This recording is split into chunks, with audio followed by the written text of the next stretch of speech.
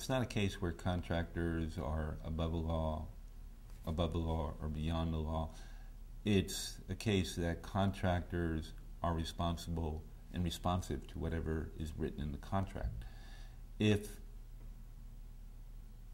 the government directly, because the contractor is working directly for them, such as in the case of Blackwater doing security for Bremer when he was head of the Coalition Provisional Authority, or a contractor hired as a subcontractor doing work for Fluor or Parsons or Kellogg, Brown and Root or Halliburton, which in turn is getting a government contract. So, you know, in effect, the security subcontractor is getting government money, you know, second or third hand. You can write into the contract, you know, and specify legally, you know, what the liability of the people working on the contract is, and you can state, you know, these are the things you cannot do.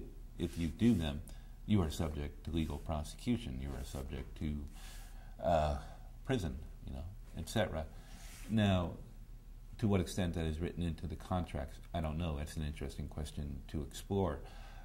Even if it's not written into the contract, the general order of the CPA granting immunity for their actions from Iraqi prosecution doesn't mean that they can't be prosecuted by the U.S. government. There are various legal laws in effect, both nationally and internationally, that they can be prosecuted under.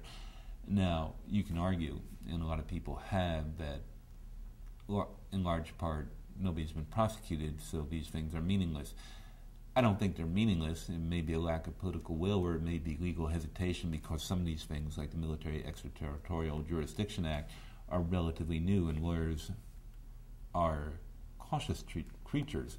You know, they don't like to undertake a prosecution unless there's a lot of precedent upon which they can build. But how do you build precedent until you undertake the first case? So it's kind of a chicken and egg question.